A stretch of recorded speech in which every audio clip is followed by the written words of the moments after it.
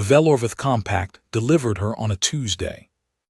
I know it was Tuesday because I had the irrigation log open on the reader when the shuttle came in low over the south field, banking toward the landing pad I'd poured 2 seasons ago and used exactly once since. The pad had a crack running diagonally from the northeast corner. I kept meaning to seal it, and I kept not doing it, and I remember thinking about the crack when the shuttle's landing struts found the concrete and the engine tone dropped to idle. I was 47 years old. I had been on Parcel 7 for 11 years. I had the best alfalfa stand on Reach Colony 12 and a drainage system that the neighboring homesteads had been copying badly for 4 of those years. I had a stone house with a leaking north side roof seal that I had fixed 3 times and a kitchen that faced east because I built it myself, and I liked the morning light. My wife Calla had died of a fever in year 3 of the colony, before we'd had children, and I had found over the years that the mornings were easier when the kitchen was bright. I did not know why a compact shuttle was landing on my pad. The man who stepped out first was carrying a flat case and wearing the kind of uniform that costs more than my annual grain yield. He had the gray-on-silver Vel'orveth coloring I'd seen in photographs, smooth skin, with an undertone that shifted between pewter and warm gold depending on the light, and he had the expression of someone who had been assigned a task he found mildly distasteful. Behind him came a second official, shorter, with the same careful manner. Then a third, who stayed near the shuttle hatch. Then she came down the steps. I didn't know who she was at that moment. I knew she was Vel'orveth, the same warm gold undertone in her skin, the dark amber eyes the species was known for, the silver-threaded dark hair worn in the formal coiled style I'd seen in compact registry images. She was carrying nothing. She wore a gray traveling robe with the kind of understated trim that, on reflection later, I recognized as extremely expensive. She descended the shuttle steps without looking at the officials, without looking at the landing pad, without looking at the crack in the concrete. She looked at the alfalfa field. Not at me, at the field. The first official, I learned later his name was Orveth Sonrail, and he held some mid-rank position in the Vel'orveth succession compact's administrative arm, came to me with the flat case and opened it. Inside was a document printed on compact-grade paper in 3 languages. 2 of the languages I don't read. The third was Union Standard. The document said, in effect, the Union Frontier Cooperative Agreement of the current cycle included a provision for bilateral cultural exchange placements of Vel'orveth citizens in Union Frontier holdings for the purpose of agricultural methodology cross-pollination. The placement was voluntary on the Vel'orveth side. The duration was open, subject to mutual arrangement. The Vel'orveth representative assigned to Parcel 7, Reach Colony 12, was Vel'orveth, 3rd daughter of the 3rd tier of the Onveth succession family, placement category, extended cross-cultural liaison. Orveth Sonrail told me this was a great honor. He said it the way a man says something he has been instructed to say, and does not particularly believe. I looked at the woman who was still looking at my alfalfa field. She hadn't turned. The late afternoon light was coming off the grain at the gold angle I had spent years trying to photograph, and always failed because the light moved faster than I could set up the camera. She was standing very still in it. I said, "All right." Sonrail looked slightly surprised. He said there were conditions of the placement. I said I'd read the document. He started to explain the conditions anyway. I waited until he had finished, and then I asked if she needed anything from the shuttle, luggage, supplies, documentation. He said the documentation was in the case. He said the representative had brought a personal effects packet. He said the placement was scheduled to begin immediately, and the shuttle would depart when she confirmed. I walked over to where Vel'orveth was standing looking at my alfalfa field, and I said, "My name is Cale Donner.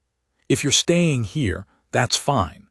I've got a room in the north side of the house that catches the cold in winter, but I can fix the seal on it before the season turns. There's plenty of work." She looked at me for the first time. The amber eyes were direct and measuring in the way I had heard Vel'orveth eyes described but had not personally encountered. Something moved through her expression, not suspicion, exactly, more like a careful calibration. She said, in Union Standard with a precise accent that indicated she'd learned it formally rather than conversationally, "I understand this placement is not what you expected." I said I didn't expect anything. The colony cooperative sends me seasonal workers sometimes. I put them up and they help with the yield surveys. It's usually fine. She looked at the field again. She said, "They did not tell you what I am." I said, "You're a third-tier placement liaison from the Onveth succession family. The document says extended cross-cultural." She said, "They did not tell you why I am here." I thought about that for a moment. I thought about the way Sonrail had said great honor in the tone of a man delivering an inconvenient parcel. I thought about the traveling robe that was expensive in the manner of something chosen, without expectation of admiration. I thought about the way she'd come down those shuttle steps without looking at anything except the field. I said, "Do you want to tell me?" A pause, long enough that I thought she wasn't going to answer. She said, "I was declared biologically incomplete by the succession compact 2 years ago. The Vel'orveth succession framework requires all third-tier daughters to complete a bonding assessment by their 32nd cycle. My assessment returned a barrenness notation. The compact determined I was unsuitable for succession bonding. I was reclassified as a tier disposal candidate." I waited. She said, "This placement is the compact's standard method for tier disposal candidates. It is considered more humane than direct release. You receive a labor asset for a fixed term. The compact is seen to have fulfilled its bilateral obligations. I am removed from the succession roster without formal excision. It is considered an efficient arrangement by everyone involved except the person being arranged." She said this very evenly. She was still looking at the alfalfa. I thought about what that meant. I thought about what the word disposal meant in the mouth of a person describing herself. I thought about the way she'd said the person being arranged. I had built this field over 11 years of early mornings and late evenings, and a great deal of bad weather. And I knew what it felt like to be a person working in a place where the work was what mattered, and the arrangement was secondary. I tried to imagine what it felt like to be a person in an arrangement where you yourself were the thing being disposed of, and your own judgment of your own worth had been assigned a numerical value by a scanner and returned as insufficient. And there was no appeal because the instrument had spoken, and the instrument, as far as the compact was concerned, was infallible. I said, "Well, there's a room on the north side. I'll fix the seal this week. The field rotation starts in about 10 days and I can use the help if you're willing." "You don't have to if you're not." She looked at me again. The calibration in her eyes had shifted to something I couldn't read. She said, "I will consider the field rotation." The shuttle departed 20 minutes later. Sonrail had tried to give me additional documentation, and I had told him I'd read the document and I'd manage from there. He'd looked at Sarah once, a look that I recognized, the look of an official who has successfully transferred a problem, and then he was gone. She and I stood in the south field until the shuttle was out of sight.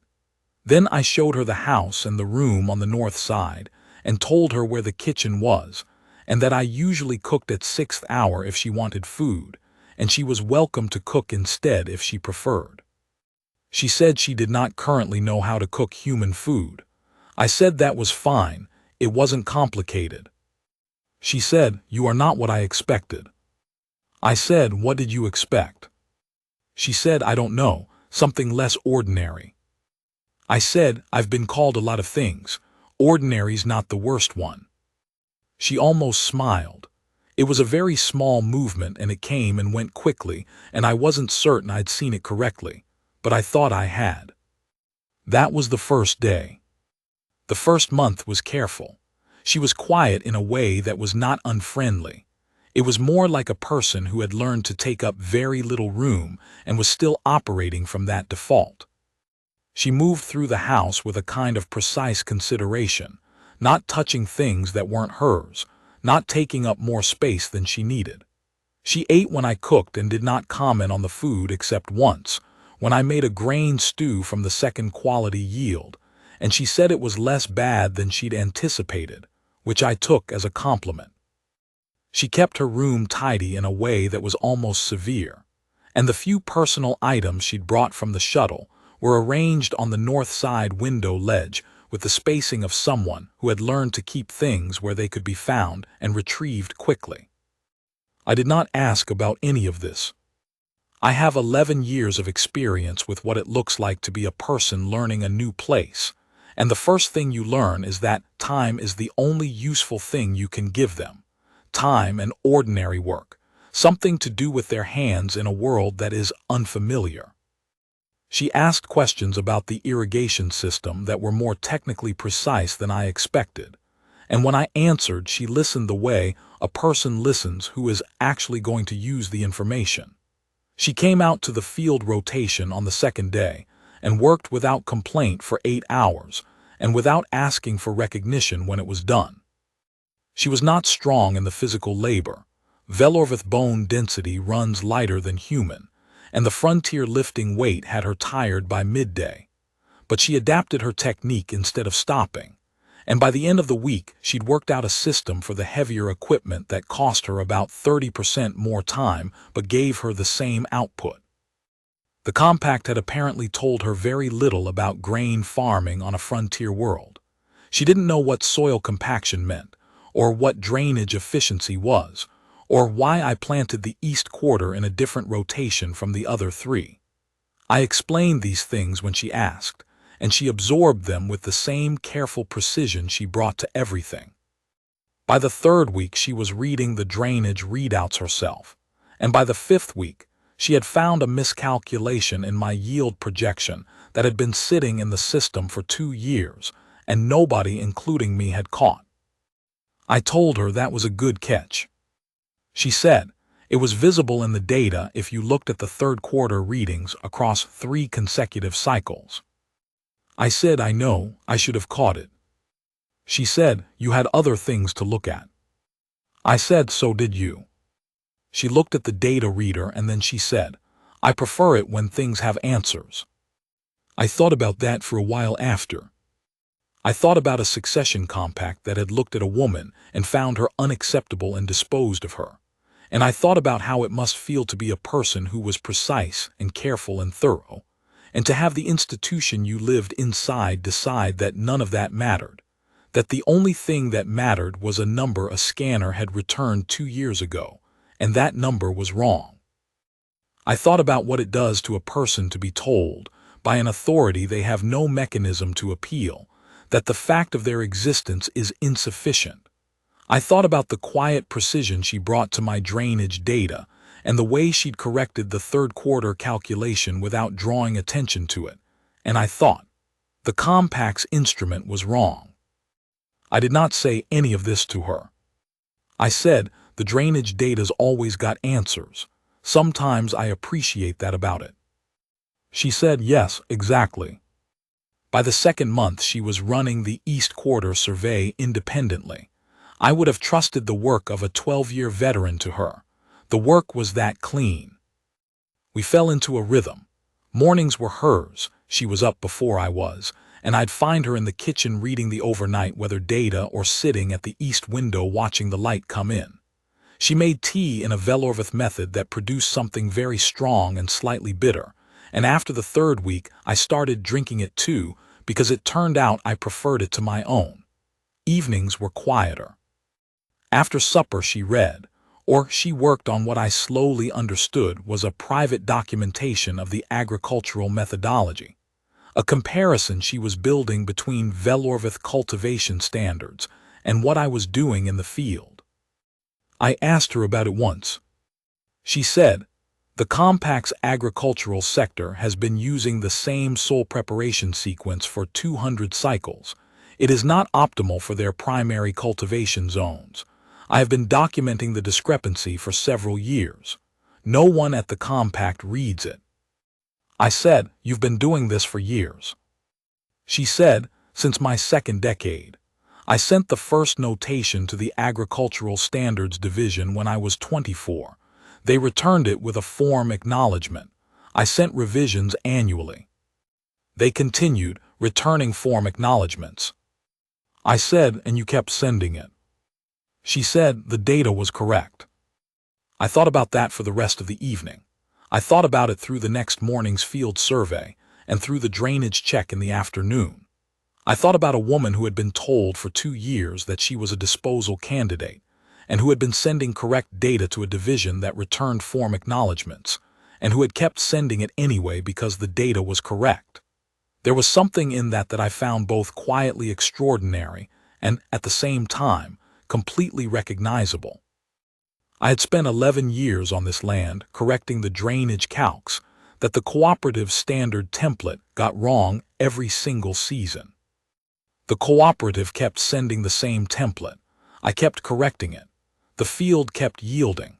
Eventually, you stop waiting for the template to acknowledge you and you just do the work, because the work is the thing that matters, and it matters whether or not anyone is keeping track. I said the next evening over tea that I thought she ought to reformat the notation as a bilateral cooperative exchange finding. Under the terms of the placement agreement, any methodology data generated during the assignment was jointly attributable to both parties. That meant I could co-file it as Parcel 7, Reach Colony 12, Union Frontier Holding, jointly with Vel'orveth Compact registered researcher. The cooperative exchange framework would route it to a different division than the agricultural standards forms, a different desk, a different set of eyes. She looked at me over the tea for a long time. She said, "Why would you do that?" I said, "Because you've been working on it for 20 years and you're right. The data's correct." She said, "It benefits you nothing." I said, "It doesn't hurt me any. And if the Vel'orveth cultivation yields improve by even 6%, that's food security for a lot of people. I don't need it to benefit me to think it's worth doing." She set down the tea. She looked out the east window at the field in the evening light. She said very quietly, "You are a strange person." I said, "Probably." She said, "I mean that as a compliment." I said, "I know you do." We filed the notation together in the 8th month. It went to the cooperative exchange office, as I'd suggested, and 3 weeks later we received an acknowledgement from an actual human being, a coordinator named Pell at the Union Vel'orveth Bilateral Exchange Desk, who said the analysis was notable and would be forwarded to the Cross-Species Cultivation Working Group. That was more than the Agricultural Standards Division had ever sent her. She read the message 3 times. She said they responded. I said they did. She said, "With an actual sentence." I said, "With several actually." She was quiet for a moment. Then she said, "I will need to follow up with supplementary data on the 3rd quarter comparison. I don't have the Vel'orveth baseline numbers from the current cycle. I would need to contact the Agricultural Records Office." I said, "You can contact them from here. The communication terminal in the office room has full compact routing." She said, "I haven't contacted the compact since I left." I said, "You don't have to, but if you want to, the terminal's there." She nodded. She put the message down. She picked up her tea. After a while she said, "The 3rd quarter numbers are the critical ones. If I don't have them, the comparison is incomplete." I said, "Then you'd better contact them." She did. It took her 2 days to send the first message. I didn't watch and I didn't ask. She came back from the office room on the 2nd evening and she said, "I have requested the baseline data." The records office responded within 3 hours. I said, "Good." She said, "They addressed me by my research designation rather than my placement category." I said, "Is that different?" She said, "It is very different." I didn't ask what her placement category said when it addressed her. I had a reasonable idea.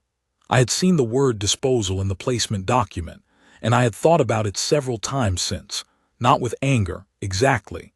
Anger didn't seem like the right response to a bureaucratic classification, but with a particular quiet conviction that bureaucratic classifications are not the same as facts, and the people who issue them are not qualified to speak on behalf of reality. The supplementary notation went to the bilateral exchange desk 6 weeks later. Coordinator Pell responded within a week. The cross-species cultivation working group had reviewed the original analysis and found it compelling. They were requesting a full methodology comparison, co-filed under the exchange framework, for presentation to the Joint Agricultural Panel at the next cycle's Cooperative Assembly. I watched her read that message. I don't know exactly what she was feeling. Her face was composed in the way it always was. She had been trained to be composed. I understood that by then, and she held herself to it even when she didn't need to. But there was something happening behind the amber eyes that I didn't try to name. It was the look of a person who has been carrying something for a long time and has arrived, suddenly and without preparation, at a place where the weight of it is lighter, and doesn't quite know yet what to do with the difference. I said, "That's a good result." She said, "Yes." I said, 24 years.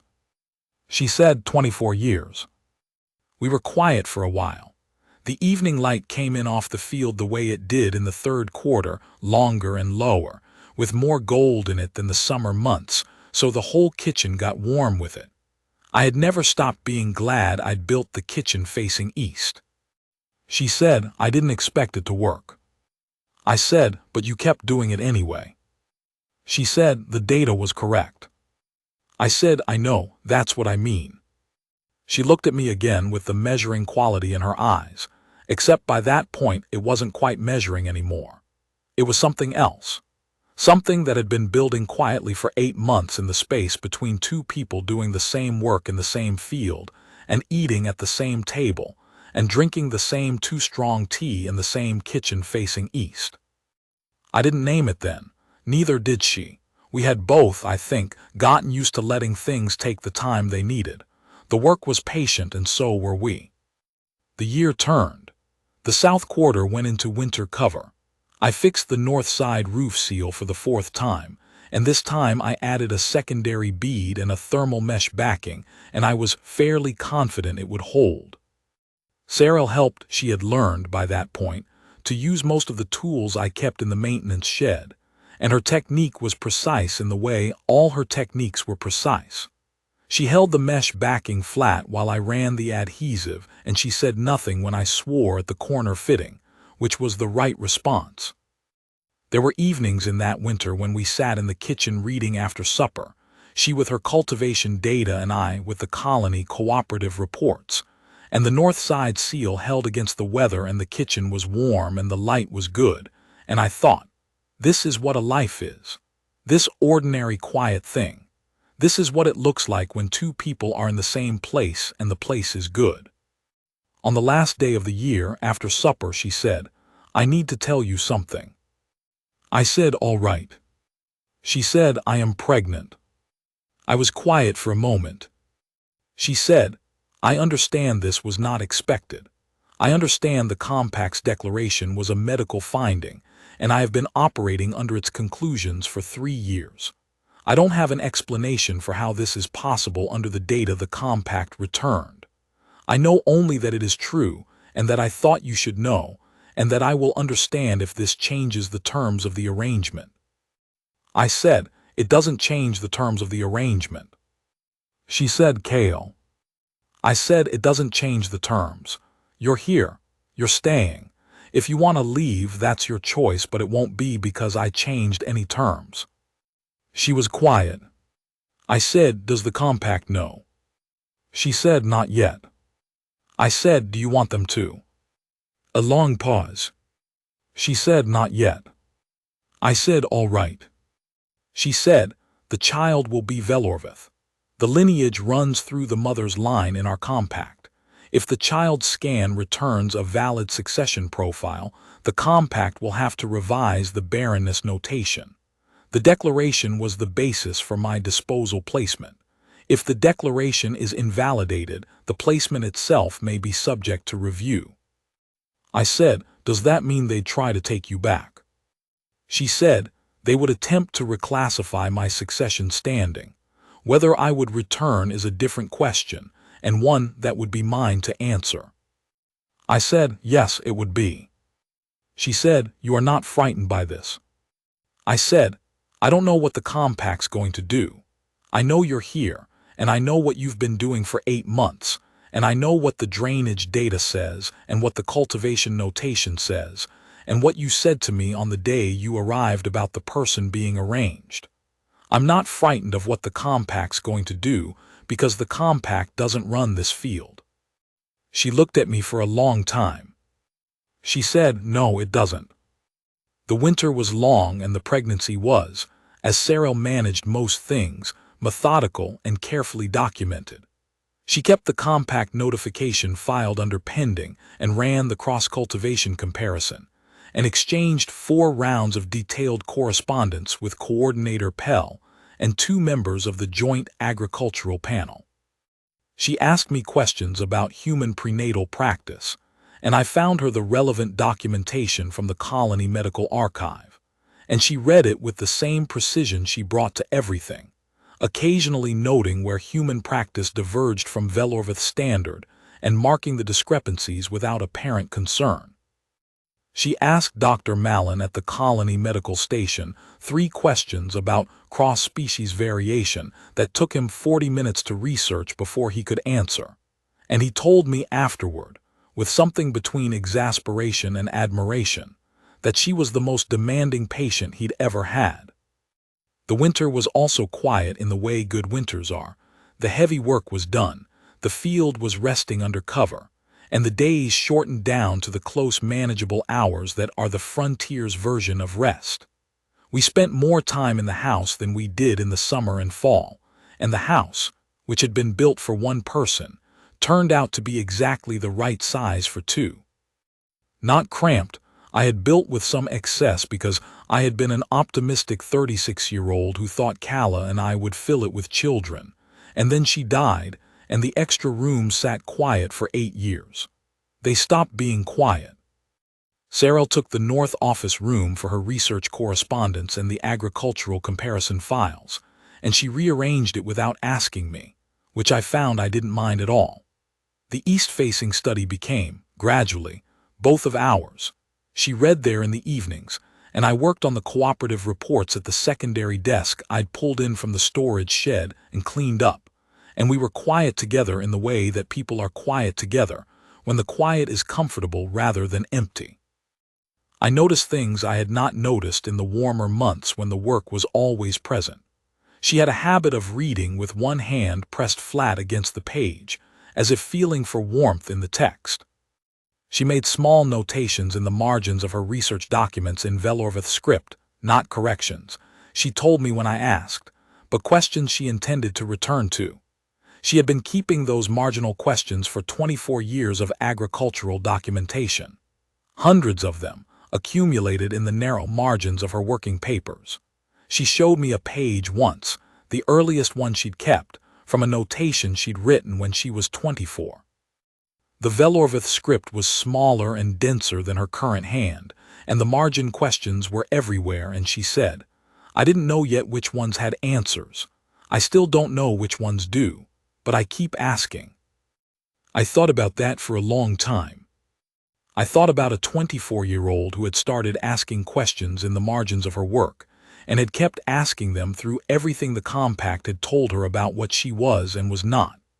I thought about the particular kind of stubbornness that looks, from the outside, like ordinary persistence, and is, from the inside, a refusal to accept that the questions don't matter because the institution has decided you don't either. I said, "Those are good questions." She said, "Some of them are. Some of them I've answered now, in the field data from the East Quarter. 3 of the earliest ones, the ones about soil density and moisture retention in clay-based substrates. Your drainage methodology answers them directly. That was what I needed the cross-species comparison to establish. That's why the notation mattered. I said, you came here and solved your own 20-year-old problems. She said, I had the right data finally. I needed to see different soil. I needed to see how someone else had solved the drainage problem before I could understand what I'd been missing. I said, I've been solving the drainage problem wrong for 11 years. She said, no, you solved it correctly for your conditions. I solved it correctly for mine. The comparison is the thing that's new. Neither answer alone was complete. I said, that's a generous framing. She said, it's accurate. I don't frame things generously, I frame them accurately. I said, I know, that's why I believe you. She looked at me over the margin question page, and something in the amber eyes had the quality I had come to recognize in her best moments. The quality of a person who has been accurate about something their whole life and is still surprised, occasionally, when accuracy is received as a gift rather than a demand. Her name was appearing in the exchange documentation under her research designation, Vel'orveth Agricultural Research Correspondent, Bilateral Exchange Assignment, Parcel 7, and I watched her read those headers sometimes when she thought I wasn't watching. She read them with an expression I had learned to recognize and couldn't quite describe, except that it looked like a person touching something they'd been told they couldn't have and finding it solid. The child came in the early spring, between the second and third field rotations, in the stone house with the east-facing kitchen and the fixed north side roof and the good drainage system. A daughter, small and healthy and very loud at first, then quiet in a way that reminded me of her mother when she was thinking. She had Sarel's amber eyes and her skin was the warm gold of the Vel'orveth, and she had my ears, which are large and somewhat regrettable, and I loved her immediately in the way I had not expected to be capable of loving anything. We named her Calla. Sarel chose the name. She said, it was your wife's name. She was important to you. This place carries her even now. I want the child to carry her too. I couldn't speak for a moment. I said, thank you. She said, she will know both histories, where she came from and where she is. I think that is better than one or the other alone. I said, I think so too. 3 weeks after Calla was born, Sarel filed the notification with the Vel'orveth Succession Compact. The message was brief and accurate. HFY-Infinity, third-tier placement liaison, formerly classified under Barrenness notation, Infinity 2341, notified the compact that the notation appeared to be inconsistent with current biological data, and requested a formal review of the classification under Article 9 of the Succession Compact's own review procedures. She attached the relevant medical documentation. She CC'd the Bilateral Cooperative Exchange Desk. The compact's response took 11 days. I read it with her at the kitchen table. Calla was asleep in the next room, making the small sounds that infants make when they're not quite asleep. The spring light was coming in off the field. The compact's message said, the Succession Compact acknowledged the notification. The compact would dispatch a review delegation to conduct an in-person assessment of the child's succession profile and the validity of the notation revision. The delegation would arrive within 60 standard days. The compact liaison was expected to remain at her current placement address pending the review. Sarel said, they will bring a portable scanner. The Vel'orveth succession assessment has a genetic component that requires direct biometric data. If the child returns a valid succession profile, the barrenness notation will be automatically invalidated under the compact's own data reconciliation protocol. I said, and then what? She said, then the delegation will be required under Article 9 to offer me a formal reclassification and a return to the succession roster. They cannot compel me to return. They can only offer. I said, and you'll decide. She looked out at the field. Through the kitchen window, the third season light was still a few weeks away, but the second season green was up in the south quarter, and the drainage channels were running clean from the snowmelt, and the field looked, as it always looked to me, like something worth staying for. She said, "Yes, I will decide." I didn't ask what she was going to decide. I thought I knew, but it wasn't mine to assume and it wasn't mine to say, and the question of what Vel'orveth chose to do with her life was, as she had said on that first evening, hers to answer. She had been a disposal candidate and a tier disposal placement and a person being arranged, and she had been all of those things by other people's determination. What she chose with her own life, on her own ground, in her own time, that was the only category that mattered to me, and whatever she decided, I would not argue with it. The 60 days went the way busy days go. They passed before I had properly registered them. The cultivation notation received a formal commendation from the Joint Agricultural Panel. The bilateral exchange desk sent a letter asking if Sarah would be available for a presentation at the Cooperative Assembly. She wrote back and said she would consider it, and asked if the co-author, she used the word co-author, not the word farmer or frontier worker or union national, would be listed on the panel presentation. And they said yes, of course, and she showed me that message too with the expression I had learned to recognize. I said, "Co-author is generous." She said, "It is accurate. The drainage methodology is yours. The statistical framework is mine. A methodology comparison without both components is incomplete. We are co-authors." I said, "All right." She said, "You are difficult to compliment." I said, "You're giving it a good effort." She smiled. By that point it wasn't a small, quick movement anymore. It arrived fully and it stayed. And I had grown accustomed to it in the way you grow accustomed to the morning light when your kitchen faces east, and you've built the house yourself because you liked it. On the 58th day, the compact shuttle came down over the south field in the early afternoon. I was running the third quarter soil preparation, and I heard the engine and I shut down the equipment and I walked to the landing pad. There were 4 of them. Vel'orveth Sonrail was not among them. These were higher-ranking officials. I could tell by the uniforms, more complex trim, more formal posture. The one in front was a woman, silver-haired, with the deliberate bearing of a senior administrator. She was perhaps 60 years in Vel'orveth terms, which ran longer than human. She had the calm of someone who had occupied positions of authority long enough to wear the authority lightly, without needing to demonstrate it. Behind her came 2 officials with the flat cases I recognized, and a 4th carrying the portable scanner unit in a transit housing. They came down the shuttle steps and they looked at the landing pad and the crack in the concrete and the alfalfa field and the stone house, and their expressions were careful in the way that officials are careful when they find something different from what they were expecting. They had expected, I think, a transit way station, or a cooperative outpost, or the kind of provisional frontier accommodation that reads as temporary. What they found was a place that had been worked for 11 years, with good drainage and clean soil lines, and a house that had been modified and improved and lived in, and it didn't look like anything temporary at all. Then Sarah came out of the house. She came down the steps the way she had come down the shuttle steps a year and a half ago, without looking at the officials, without looking at the landing pad, without looking at the crack in the concrete. Except this time she was carrying Calla. Calla was awake and looking around with the wide-eyed specific attention of a 4-month-old who had recently discovered that the world was larger than the east-facing kitchen.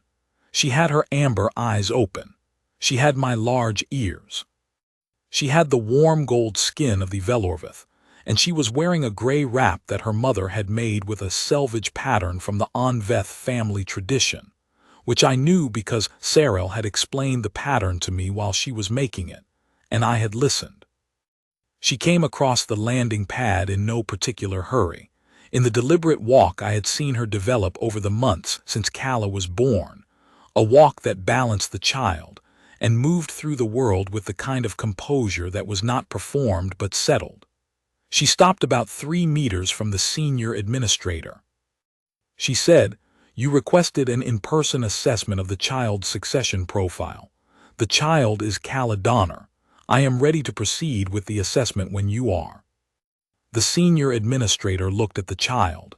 She looked at Sarah. She looked at me. Something passed through her expression, a brief, controlled readjustment, and then it was gone, and her face returned to the careful administrative register. She looked at the scanner technician. The scanner technician set up the portable unit. It took 4 minutes. The unit hummed in the afternoon light, running its calibration cycle, and Calla watched it with the focused interest of a 4-month-old who has decided that humming objects are worth studying. The scan itself took 90 seconds. The scanner technician looked at the result. She looked at the senior administrator. She said something in Vel'orveth that I don't speak. The senior administrator looked at the result. She looked at Sarah. She looked at me. She looked at the field. She looked at the stone house with the east-facing kitchen and the drainage channels running in their clean lines and the alfalfa standing in the third quarter preparation. Sarah said, in Union Standard, which I was fairly confident she'd chosen deliberately, "I would like the result read aloud, please, in both languages." The scanner technician read it in Vel'orveth first, then in Union Standard. The scan said, "Subject Caledonner biometric analysis complete. Vel'orveth succession genetic profile valid. Onveth lineage match confirmed. Succession eligible classification yes. Consistency with notation Onveth 2341 inconsistent.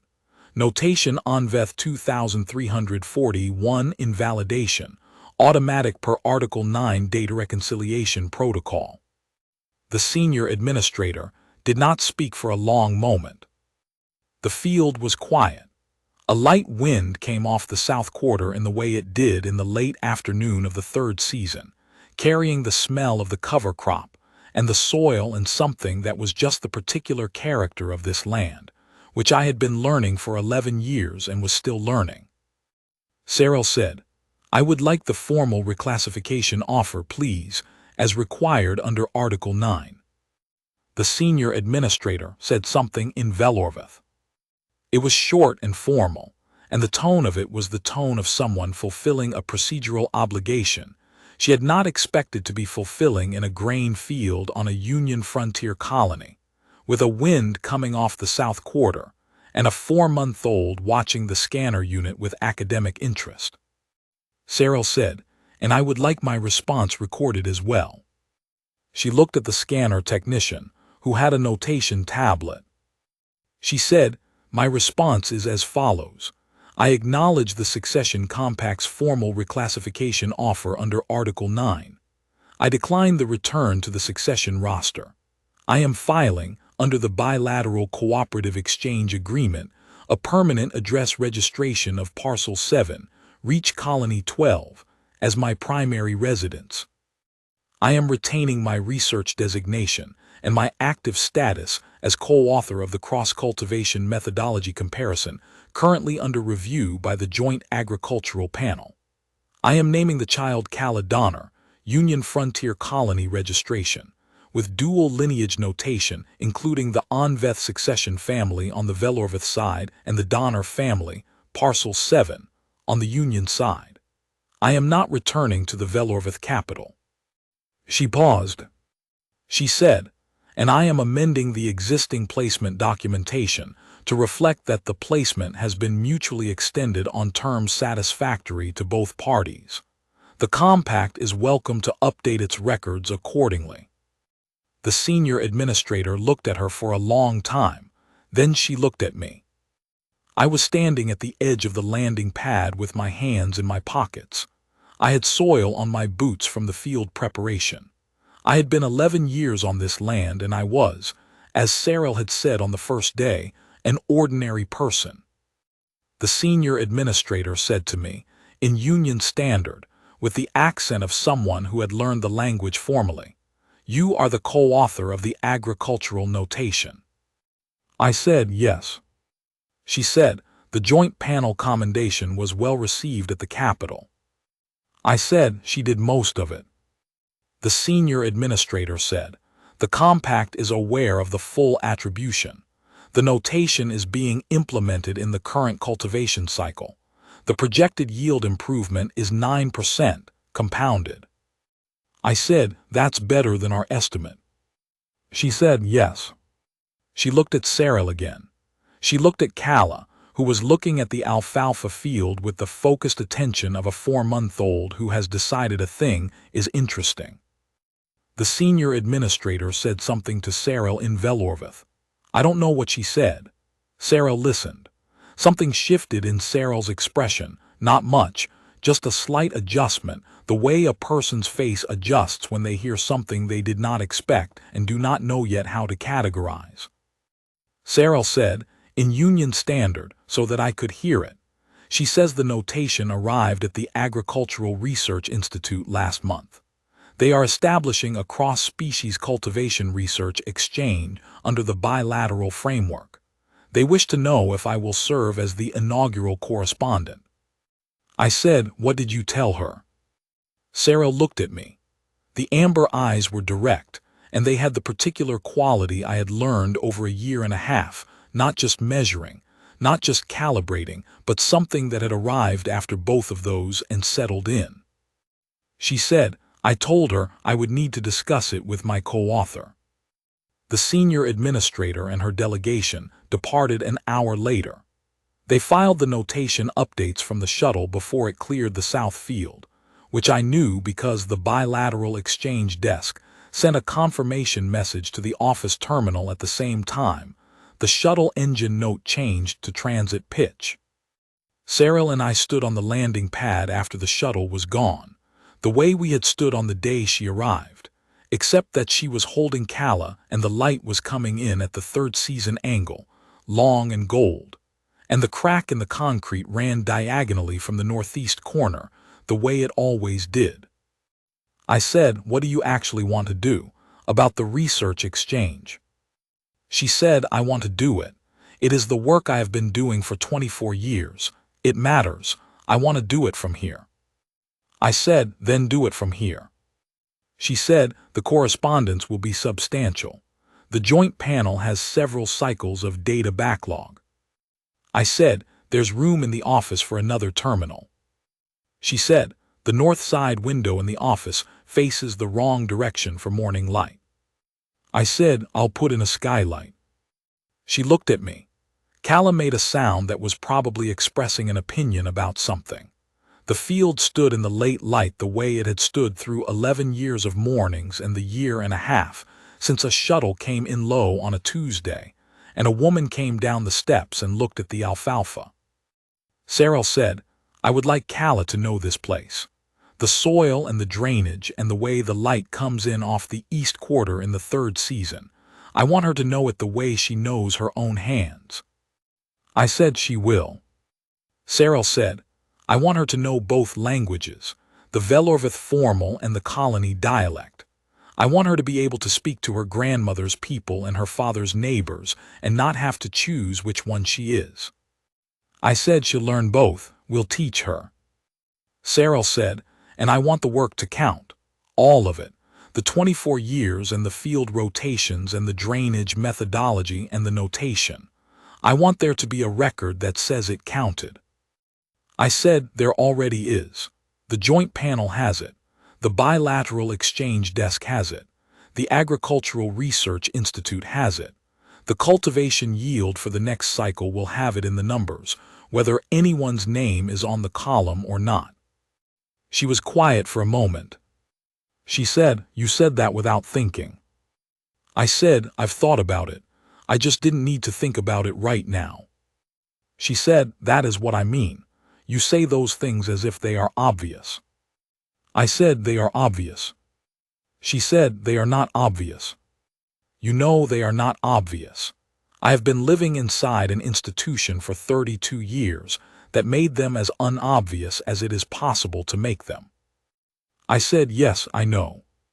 She said, and you are still like this. I said, I don't know how else to be. Calla made another sound. The evening was coming in now, and the light off the field was shifting from gold to the deeper amber that meant the last hour before dark. We had supper to make and a skylight to plan, and 3 seasons of drainage data to enter into the cooperative exchange filing before the assembly. Sarah put her hand in mine. Just that, nothing more elaborate than that, just a hand in a hand, standing on a cracked concrete landing pad at the edge of a grain field on a frontier world.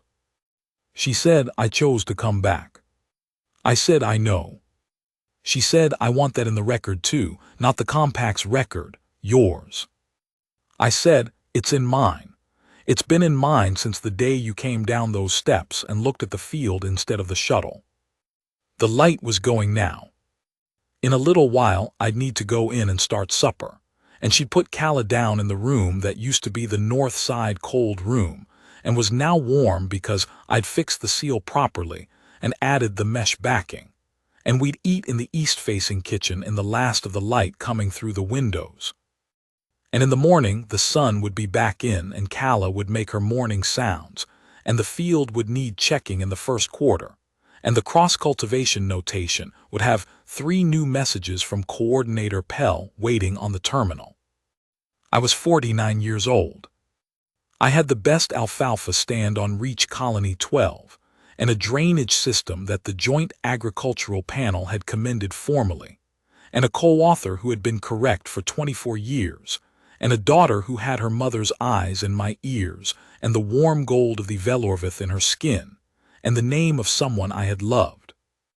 I had not expected any of this.